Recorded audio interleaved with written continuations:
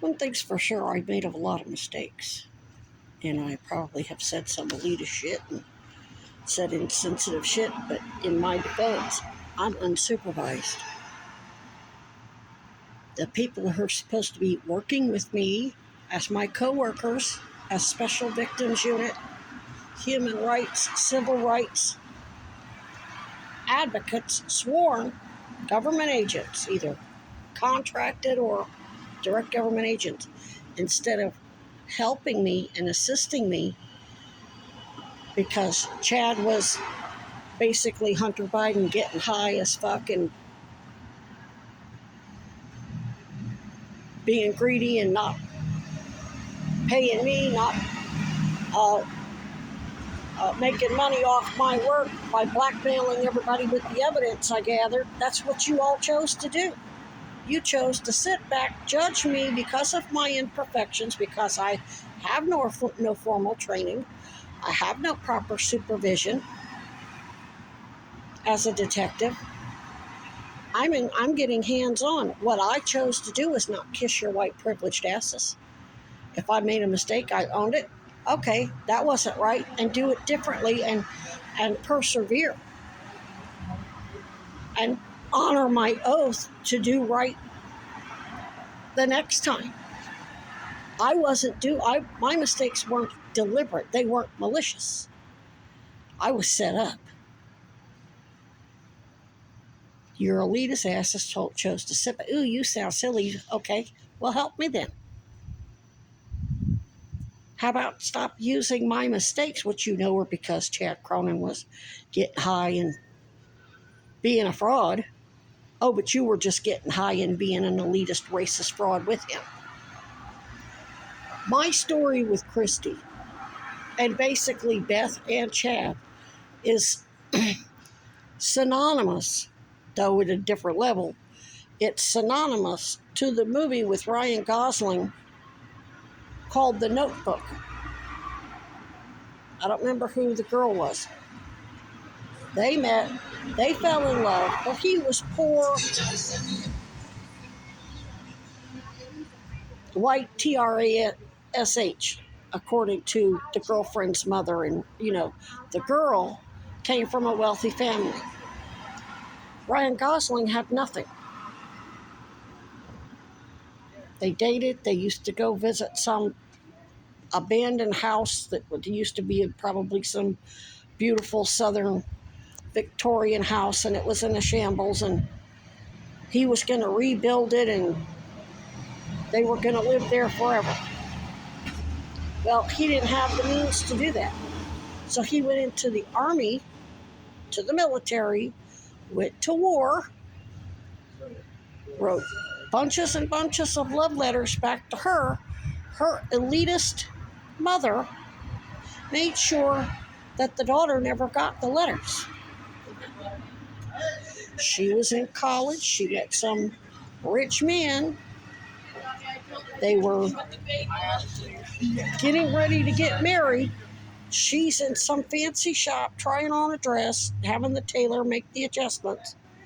Meanwhile, he's got a GI loan.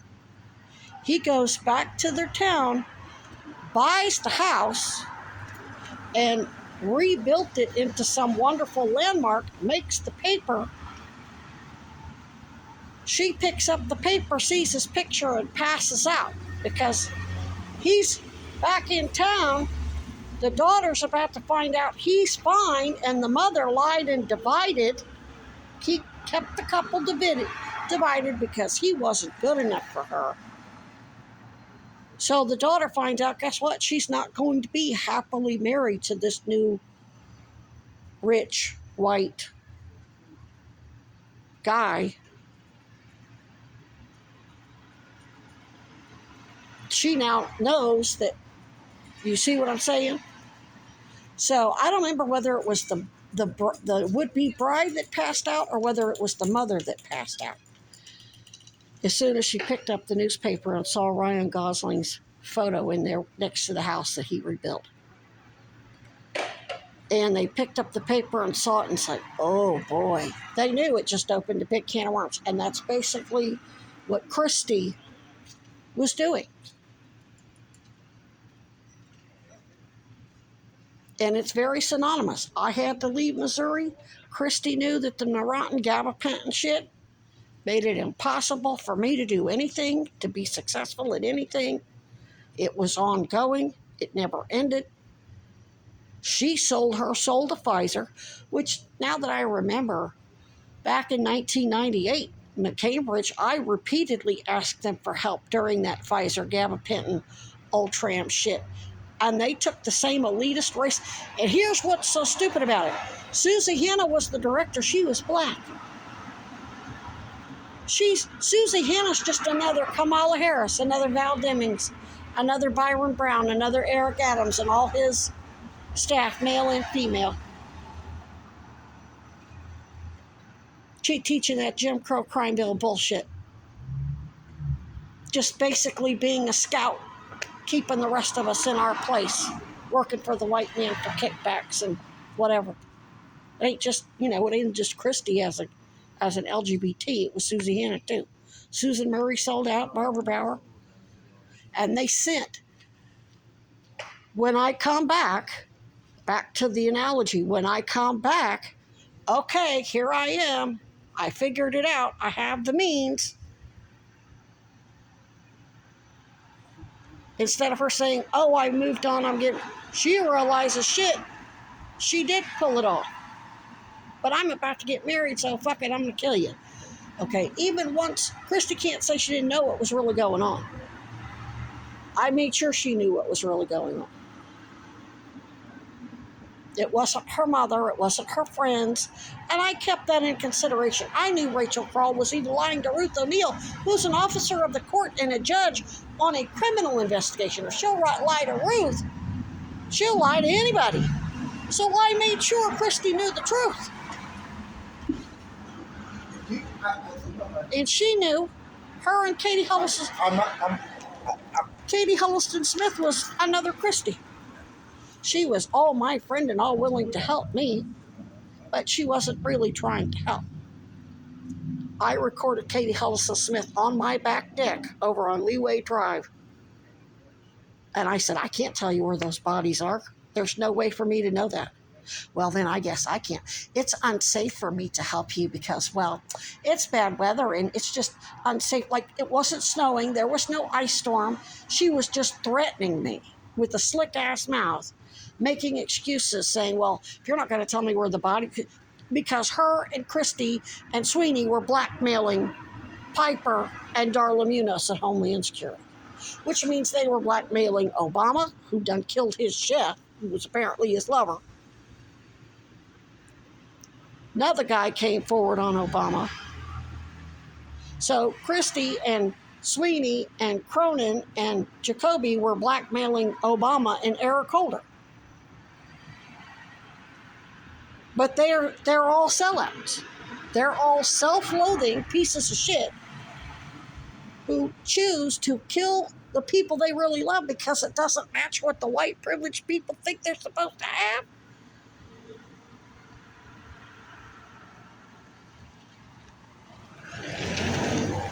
I mean, they're Diddy all over again. He's not just a sellout to the blacks, he's a sellout to the gay community. He's a sellout to black men all over.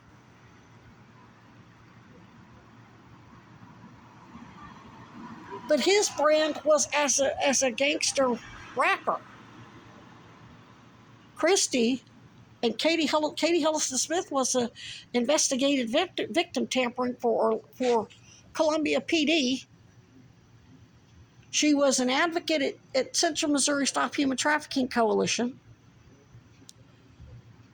and an advocate and counselor at True North Domestic Violence. She was unpaid, and then once she had the goods on Darla and Piper, now she's a paid advocate. So she basically sold me out for resume purpose. So it's kind of like if Ryan Gosling had returned back, built that house, and then instead of him ending up with the love of his life and actually her saying, okay, she had a talk with her would-be husband, and he says, if you're not in love with me, I don't want you to be with me. Go be with them. I'm not going to be mad at you. They acted civilized. In the movie, that's not what happened with me. Jacoby and Sweeney chose to go set the house on fire because I'm not white. I'm Native American. And they have already climbed in bed with the people who assassinated JFK a long time ago. They chose to play God.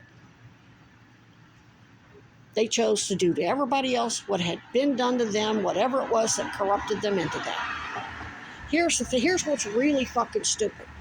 Here's what they're going to realize when they're sitting in their on death row in their 9x12 cells by themselves for 9 or 10 years until all their appeals are up and they finally get the Florida gas chamber.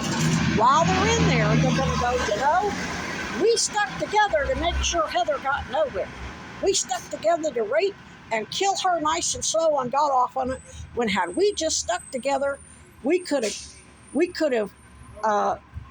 blown it all up, and we could have been a national hero. We could be heroes along with the Kennedys and all of their allies. And we would be making billions of dollars, or at least tens of millions, in whistleblower rewards. Hell, the first Pfizer whistleblower got $50 million. And I sent them emails with links to fill out those forms. Oh, they could say, oh, well, the whole administration was corrupt. But that's why I keep saying there was already enough shit in the news that they could have attached to with the Sasha Minu Curry. They could have driven me to St. Louis to hook up with Michael Brown's parents and Dr. Cornel West. That was, what, a 2-hour drive? That's what Nanette was supposed to be doing anyway. They're supposed to be transporting you to wherever you need to go. They knew the FBI invited me to the field office to investigate. Did any of them offer to take me there? You think if Nanette and Barbara Bauer and Beth Sweeney and Christy Jacoby and all her little cronies loaded us all up into a couple of vans and drove to the FBI field office, that they would have killed us all? You think they would have blew up the vans? Okay, let's say they thought that. Okay, then we go hook up with Michael Brown's parents. They could have contacted Sasha Minu Curry's parents, who was already blowing shit up, asking questions about how Mizzou handled their daughter and ultimately got her killed, drove her to suicide. When you commit a bunch of felonies that result in somebody's death, that's capital homicide. That's felony murder. All those falsified records and all that intimidation and putting her on illegally locking her up on a psych ward and coercing her into signing away her scholarship. That signature's void. It's no good. So they illegally kicked her out of school. And I put all of that in emails. I put it on my social media. I gave Nanette and Huddleston Smith and Barbara Bauer and Christy Jacoby and everybody everything they needed. But instead of using that as leverage to get us all free and get us all paid, they used it to go ahead and kill me and then blackmail themselves into some whatever. Chris Koster used it to become senior vice president of Centene Corporation. The only thing they valued was their fake-ass resume perks. The only thing they're interested in is optics. They are not interested in actually making the sacrifices needed to follow through with their oaths as special victims unit, counselors, investigators, whatever. And that's exactly what they are. They worked with SVU. They're human trafficking specialists. Nanette Ward all of a sudden is all over the newspaper, and she's getting her picture taken with John Hawley and his staff. It was all about optics. She wanted to be friends with Laura McHugh. I remember Teresa Flores, the author of The slave next door confronted Nanette and said, she stole that girl's story. Is she paying her? And Nanette goes, I know. No, Nanette was basically helping Laura McHugh's husband silence the girl, call her crazy, throw her some Social Security, give her a house and a white picket fence, and then Laura McHugh gets all the fame and all the glory and all this and all that. So this is exactly what Nanette does. Re-rates the victims, sells their stories to Hollywood or authors or whatever.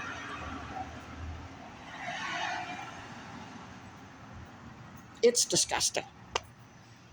And it's very bittersweet to look at those pictures of Christy or Beth or Chad and go, know for a fact that what they really thought they wanted